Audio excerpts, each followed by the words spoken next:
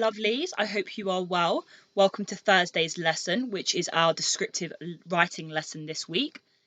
Today I'm going to introduce you to a new feature of descriptive writing, and it's going to be challenging, but that's okay. You will understand if you listen to the video clearly, you email asking me if you need any help, and you will be fine. So before we get into it, could you please write the title, which is the focus of our lesson, the date, and the learning objective. Pause the video and get those 3 things copied down. Press play when that's done, please. Okay, if you're back, that means you are ready to complete the do now. I would like you to complete the tasks based on this image here. So you have this image of London. It looks like it's like New Year's Eve. I'd like you to write a compound sentence, complex sentence, and a simple sentence based on the image. With the more sentence, and a sentence using personification to describe the mood. Pause the video and spend slightly longer than you normally would on this do now, please.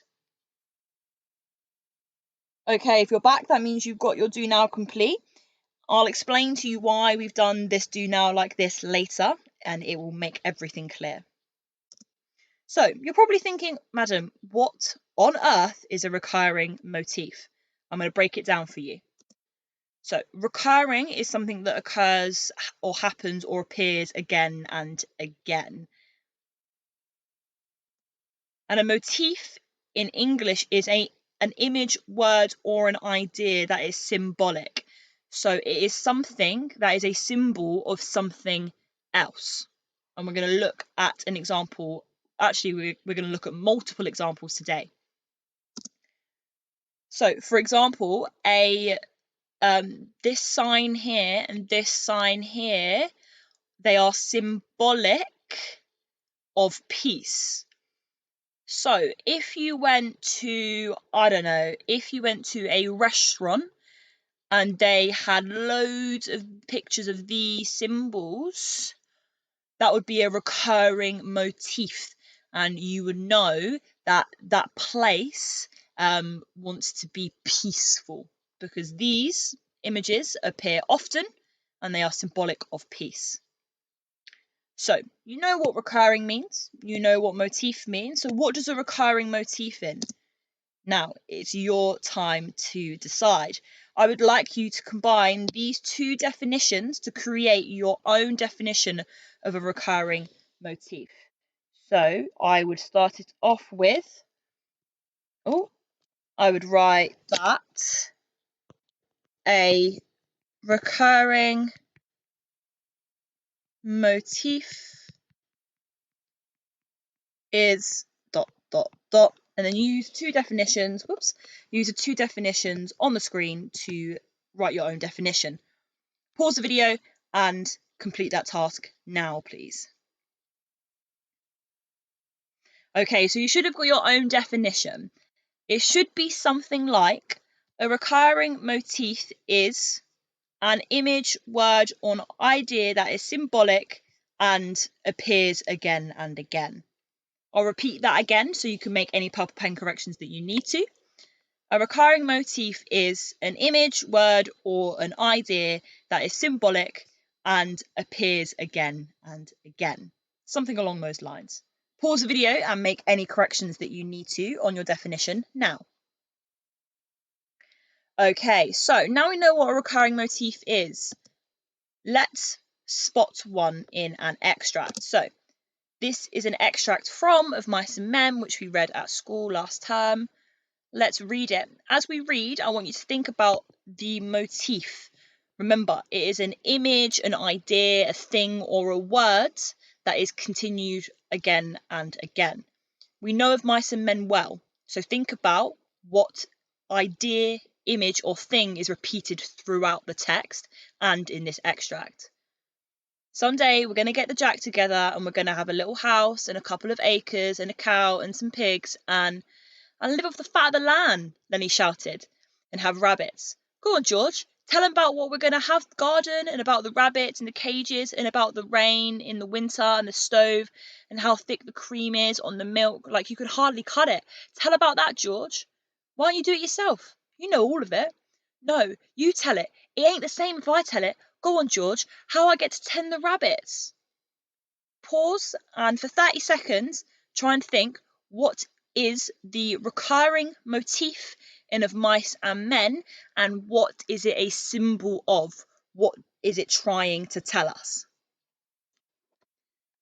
Okay, so you should hopefully have figured out that the recurring motif is rabbits. So, rabbits are mentioned multiple times in this extract, and they are also mentioned multiple times throughout the text. That is our recurring motif.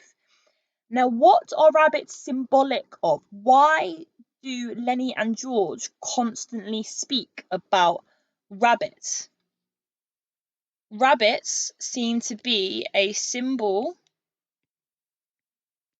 of hope. They talk about rabbits whenever they talk about living on their own ranch, living off the fat of the land. And every time they talk about that, Lenny brings up the rabbits, and that is a symbol of hope for them. They are hopeful that they're going to be able to live up to their dreams one day. So now we've looked at an extract and identified a motif. Together, it's your turn. So, on Show My Homework, there is a document that is titled Recurring Motif Examples. In a minute, you're going to go to that and open it. You're going to read each example and you're going to try to figure out what the recurring motif is. When you've done that, you're going to go back to Show My Homework and complete the quiz titled English Thursday the 4th of March. This task could take you about 10 to 15 minutes. So please don't spend longer on it than that, because we need to get through the other content in the lesson. Once you've done these steps, come back to this video. Okay, so if you're back, that means you've done these tasks and completed the quiz. And we should be experts now at identifying recurring motifs. So, how do we create one then for our own writing? I'm going to have a go at creating a recurring motif based on this image of a tree in this field. And I'm going to ask myself, what mood do I want to create? And what things, objects, words, colours, or ideas link to this mood? So, I'm going to write a piece of descriptive writing based on this image. And what mood do I want to create? I want to create maybe a hopeful mood, maybe a joyous mood. Maybe I want to create an uplifting mood. And then what things, objects, words, colours, or ideas link to this mood based on the image? I think the colour green links to those things. I also think like it's going to look quite sunny, so we could talk about the sun. We could talk about how like light and bright it is. It seems like these yellow things are like flowers, so we could talk about flowers. And also they're yellow, so we could talk about the colour yellow. So all of these things here could be potential recurring motifs. I could use these in my piece to refer to a mood the whole way through. That's how I've created my recurring motif. Now, how do I include that in my writing? So for descriptive writing, we know already we have our 4 paragraphs. Our zoom out, our zoom in, our character, and then a change and challenge. We don't want to refer to the recurring motif in every single paragraph because it might seem a little bit boring, but we are going to refer to it in the zoom out and the change and the challenge. So what I'm going to do now is I'm going to use my mind map that I've got open on a separate screen, and I'm going to write I'm going to write a sentence to go in my zoom out paragraph, my imaginary zoom out paragraph, and my imaginary change and challenge sentence. Sorry, I've explained that really badly, haven't I? I'm going to write a sentence to go in my imaginary zoom out and change and challenge paragraph based on this image, and I'm going to include my recurring motif. So looking at my mind map, I had quite a few options for recurring motif, and I think I'm going to use the colour green as my recurring motif. So in my zoom out, I might write something like this. I might write something like standing tall, a tree was home to thousands of, I'm going to describe them as silky, emerald green leaves, which shone in the afternoon sun. So I'm describing the tree, and amongst that I'm using my motif, which is the colour green. Now in my change and challenge, we know that things aren't the same. We either have a change in mood or we have a challenge where something goes wrong. By using a motif in our change and challenge paragraph, we are showing how that motif has changed with the text and with our writing. So I'm going to maybe talk about, so I described the green leaves and we were focusing on the colour green. Maybe I'll describe how the green leaves like fall. Maybe there's a storm or something and they like fly away from the tree.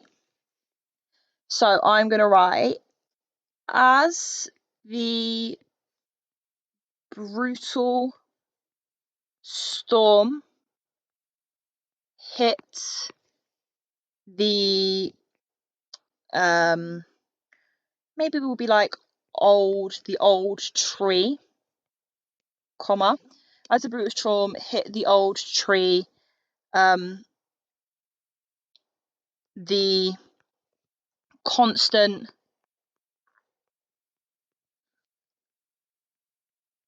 gusts of wind plucked, it's an interesting verb there, plucked the emerald green leaves off and tossed them aside like trash. Maybe like meaningless trash. So let's read my sentences over. Standing tall, a tree was home to thousands of silky emerald green leaves which shone in the afternoon sun. There's our, it's not going to highlight over it, but there is our reference to the colour green at the beginning. And then, as the brutal storm hit the old tree, the constant gust of winds plucked the emerald green leaves off and tossed them aside like meaningless trash. And then here we have a reference to the emerald green leaves. That is our recurring motif. I've referenced it at the beginning to create a positive mood, and then I've referenced it at the end to show how the mood has changed. Okay, now it's your turn. So this is the image we looked at in the do now. So the reason that I asked you to write some creative sentences in the do now is because I think it would help you get some ideas about the image that you can use when creating your motif.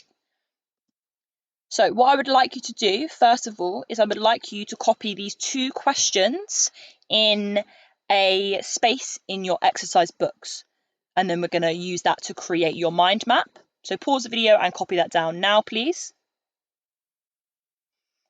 Okay, so like I said, you're going to copy and complete these questions to create a recurring motif.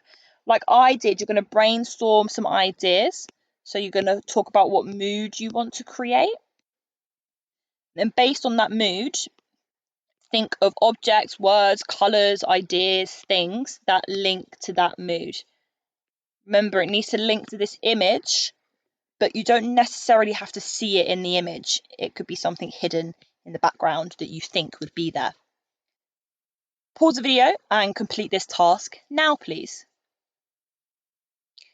Okay, if you're back, that means you've got these mind maps and you should have some excellent ideas.